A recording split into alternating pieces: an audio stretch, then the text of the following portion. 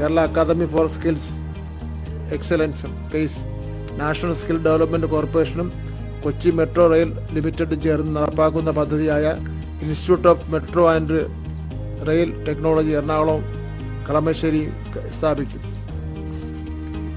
290 കോടി രൂപ ചെലവ് പ്രതീക്ഷിക്കുന്ന ഈ പദ്ധതിക്ക് എല്ലാ സഹായവും കേന്ദ്രമന്ത്രി വാഗ്ദാനം ചെയ്തു.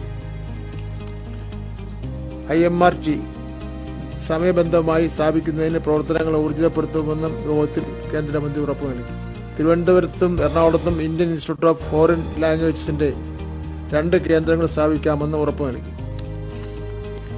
11 കോടി രൂപ ചെലവിൽ 20,000 സ്ക്വയർ ഫീറ്റിൽ സ്ഥാപിക്കുന്ന ഈ കേന്ദ്രങ്ങൾ എറണാകുളം അങ്കമാലിയിലെ കെയ്സിൻ്റെ ഉടമസ്ഥതയിലുള്ള കെട്ടിടത്തിലും തിരുവനന്തപുരത്ത് കരമനയിലുമാണ് സ്ഥാപിക്കുന്നത്. നൈപുണ്യ രംഗത്ത് ആവശ്യമുള്ള പരിശീലകരെ വാർത്തെടുക്കുന്നതിനായി ഒരു പുതിയ പദ്ധതി വേണമെന്ന കേരളത്തിൻ്റെ ആവശ്യത്തെ കേന്ദ്രമന്ത്രി പ്രത്യേകം അഭിനന്ദിക്കുകയും അത് നടപ്പാക്കുവാൻ ആവശ്യമായ എല്ലാ സഹായങ്ങളും നൽകുമെന്നും ഉറപ്പു നൽകി.